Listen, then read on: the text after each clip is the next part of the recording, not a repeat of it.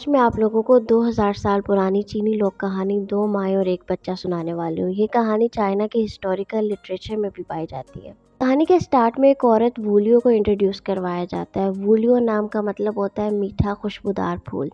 वूलियो के बच्चे की पैदाइश के 2 दिन बाद ही उसका शौहर इस दुनिया से रुखसत हो जाता है। वो सिर्फ 15 साल की होती है, अपने शौहर से बहुत ज़्यादा प्यार करती है, इसीलिए उसके जाने के बाद तन्हा और उदास हो जाती है। वो दिल ही दिल में सोचती है कि खुदाओं ने उससे और उसके छोटे से बच्चे से उसके शौहर को क्यों दूर किया।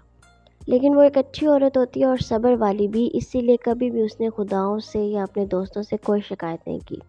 एक दिन उसने महसूस किया कि उसे अपनी सारी सोचों के बारे में किसी से बात करनी चाहिए, इसीलिए वो अपनी सास के पास गई और कहा, माँ कल हैप्पी न्यू ईयर है, हम खुशियाँ मनाएंगे, पटाखे खरीदेंगे, मंदिर के लिए खुशबू खरीदेंगे। हमारे घर में 30 खुदाएं और हम अक्सर उनकी पूजा किया करते हैं, लेकिन उनमें से किसी ने भी हमारी मदद नहीं की। कोई भी मेरे शौहर को जिंदा नहीं रख पाया। अगर वो आज जिंदा होते तो आज हम कितना खुश होते। वूलियो की सास ने ये सुनकर जवाब दिया, मेरे बच्चे, हम देख सकते हैं कि लोग हमसे भी बदतर हालात में जी रहे हैं। गरीबों की तरफ देखो, इनके पास रहने के लिए कोई घर नहीं है। ये सुबह से लेकर रात तक चलते रहते हैं, सिर्फ और सिर्फ इतना खाना हासिल कर सकें कि जिंदा रह सकें, और हर वक्त चलने की वजह से उनकी सेहत खराब हो जाती है। ऐसे लोगों के लिए हैप्पी न्यू ईयर 2 या 3 दिन की खुशियाँ लाता है, बाकी सारा साल ये भूखे और उदास रहते हैं। ये बेटी, तुम खुद की तरफ देखो, हमारे पास एक अच्छा घर है रहने के लिए, पहनने के लिए कपड़े और एक छोटा सा बेटा है। मुझे लगता है कि खुदाओं की तरफ से ये बहुत बड़ी रहमतें हैं तुम पर। कल हैप्पी न्यू ईयर है, हम रेड पेपर खरीदेंगे और उसे 1000 पीसेस में कट करके अपनी दीवारों, दरवाजों, बिस्तरों और वेसेस पर लगाएंगे। इसीलिए कल हम हैप्पी न्यू ईयर मनाएंगे और अपने खुदाओं की इबादत करेंगे। हम अपने रिश्तेदारों और दोस्तों के लिए अपने घर के दरवाजे खोलेंगे ताकि वो भी हमारे साथ हैप्पी न्यू ईयर मना सकें। हम कल 2 स्वीट पोटैटोज बनाएंगे, एक तुम्हारे लिए, आधा मेरे लिए और आधा बच्चे के लिए। लेकिन अगली सुबह जब वूलियो जागती है तो वो देखती है कि उसका बच्चा जो उसके पास सो रहा था अब इस दुनिया में नहीं रहा। मायूसी से सिसकियां लेते हुए अपनी सास की तरफ जाती है और उससे कहती है कि हम दरवाजों पर या किसी और जगह पर रेड पेपर नहीं लगाएंगे, क्योंकि हमारी सारी खुशियाँ मर चुकी हैं। वूलियो की सास ने नीला कपड़ा लिया और उसे दरवाजे के साथ लगा दिया ताकि लोग ये जान सकें कि इस घर में एक मुर्दा है और वो बैड लक से बचने के लिए इस घर के करीब ना आए। फिर उसने बच्चे को कपड़ों में कवर किया ताकि तीसरे दिन उसे दफनाया जा सके।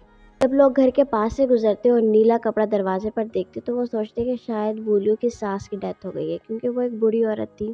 दूसरे दिन वूलियो अपनी माँ के घर गई, जो कि थोड़ा ही फासले पर था, और कहा कि माँ, मेरा बच्चा कल मर चुका है। वूलियो की बहनें, कज़नें, रिश्तेदार, हमसाए सब उसे तसल्ली देने के लिए आए, क्योंकि वो उसके लिए बुरा फील कर रहे थे। अब वो बेवा होने के साथ साथ चाइल्डलेस भी थी। चाइना में बेवा होना बुरा समझा जाता है, लेकिन बेवा और चाइल्डलेस होना ऑलमोस्ट औरत को आउटकास्ट करने के बराबर होता है। वूलियो की एक कज़न थी जिसका नाम था वुलाओ, जो कि बहुत अच्छी औरत थी और वूलियो को बिल्कुल बहनों की तरह प्यार करती थी, और उसका भी एक बच्चा था जो कि मरने वाले बच्चे की उम्र का था। जब उसने ये खबर सुनी तो उसने अपने दिल में अपनी कज़न के अजीम दुख को महसूस किया और कहा कि how can my cousin find comfort in life any more. पहले उसका शौहर चला गया और अब उसका बच्चा। मैं उसके लिए कुछ करना चाहती हूँ, कपड़े, पैसे, ब्रेसलेट, ज्वेलरी, कुछ भी उसे तसल्ली नहीं दे सकता उसके बच्चे के बगैर। वुलाओ ने खुद को ड्रेसअप किया और अपने सोते हुए छोटे बच्चे को लेकर उसी घर में गई जहाँ मुर्दा बच्चा पड़ा था। वो एक बहादुर खातून थी, वो किसी भी सुपरस्टिशियस बिलीव या बैड लक पर यकीन नहीं करती थी, और इस वक्त वो सिर्फ और सिर्फ अपने कज़न के अजीम दुख के बारे में सोच रही थी। जब वो घर में दाखिल हुई तो उसने देखा कि मुर्दा बच्चा फर्श पर पड़ा है, तो उसने उसके कपड़े उतारे और अपने बच्चे को पहना दिए और बच्चे की डेड बॉडी लेकर जंगल की तरफ चली गई और उसे वहीं छोड़ दिया। खुशी खुशी अपनी कज़न के पास वापस आई और कहा कि I wish you would come with me to your home. लेकिन वूलियो ने उदासी से कहा कि मैं कल जाऊंगी और अपने बच्चे को दफनाऊंगी, तब तक मैं यहीं रहूंगी। वुलाओ ने कहा कि हम सुबह तक इंतजार नहीं कर सकते, मेरे साथ चलो। कल रात मेरे ख्वाब में खुदा आए थे और उन्होंने कहा था कि तुम्हारा बच्चा जिंदा हो जाएगा, किंग जिंदा होगा और दूध के लिए रो रहा होगा। मरने वाले बच्चे का नाम किंग था, लेकिन वूलियो ने मना कर दिया। खैर, काफ़ी देर मनाने के बाद वो वुलाओ के साथ अपने घर गई। जब वूलियो घर गई तो उसने देखा कि बच्चा उसकी सास की गोद में बैठा है, और उसकी सास ने कहा कि 3 दिन बच्चा फर्श पर ऐसे पड़ा रहा जैसे इसकी डेथ हो गई है। इसके चेहरे और जिस्म का रंग भी तब्दील हो गया था। हैरत की बात यह है कि मरने से पहले बच्चे का चेहरा ऐसे नहीं था, लेकिन खैर बच्चा जिंदा है। उन्होंने खुदाओं का शुक्र अदा किया और खुशियाँ मनाई। वूलियो का दिल अब मुतमईन था और वो अब सीक्रेटली खुदाओं से कोई भी शिकायत नहीं किया करती थी। वुलाओ, जो कि उस बच्चे की असल माँ थी, उसने भी इस राज को राज रखा, लेकिन वो दिल में कहा करती थी कि एक वक्त ऐसा आएगा जब वो अपने बच्चे को सारा कुछ बताएगी। जब किंग बड़ा हो जाएगा, किंग की शादी हो जाएगी, किंग के बच्चे हो जाएंगे और उसके बच्चों के बच्चे हो जाएंगे, और वह सब खुदाओं के सामने सजदा करेंगे जिन्होंने उसे ज़िंदगी दी। तब किंग को हक होगा उसकी बर्थ के राज के बारे में जानने का। جب کنگ 7 سال کا ہوا تو اس نے اسکول جانا شروع کر دیا اور بہت تیزی سے لکھنا پڑھنا سیکھ لیا، لیکن اس کی ماں وولیو کے پاس پیسے ختم ہونے کی وجہ سے اب وہ اسے قریبی اسکول میں بھی نہیں بھیج سکتی تھی۔ وولیو کی ایک کزن جو اسی اسکول میں ٹیچر تھی، اس نے کہا کہ تمہارا بیٹا غیر معمولی صلاحیتوں کا حامل ہے، اگر یہ اسکول کے بچوں کو پڑھانا شروع کر دے تو اسے اسکول کی فی پے نہیں کرنا پڑے گی۔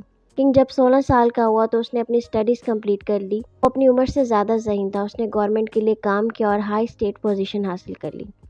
پھر کنگ کی اصل ماں ولاو جو کہ اب ایک بیوہ تھی، اس نے کنگ اور گورنمنٹ کو کنگ کی ساری سچائی کے بارے میں لکھا۔ پھر گورنمنٹ نے ان دونوں ماؤں کو بلایا، ایک جس نے کنگ کو پیدا کیا، دوسری جس نے کنگ کی پرورش کی۔